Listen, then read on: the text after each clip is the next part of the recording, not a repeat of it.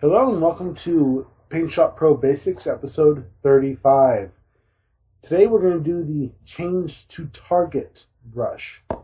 Now no, this does not mean that you're going to start painting target symbols on your image. This means that you're going to change a color to a target color based upon a target mode.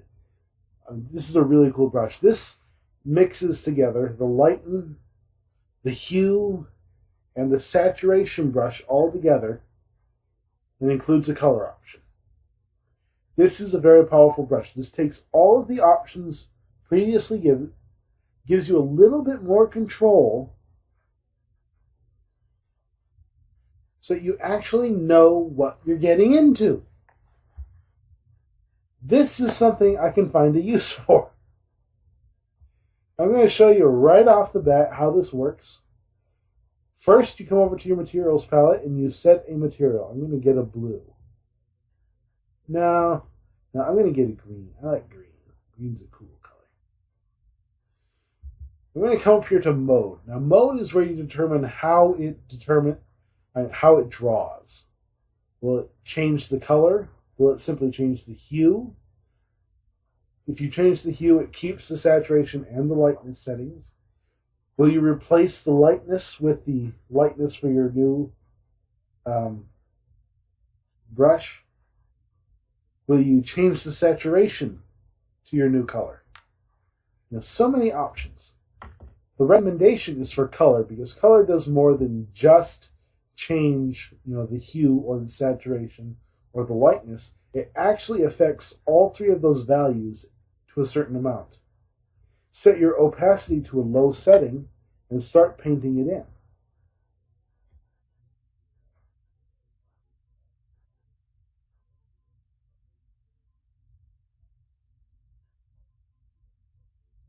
Ta-da! It's very nice. You just change the color. Now, of course, it builds on top of itself, so you can use stroke here as well.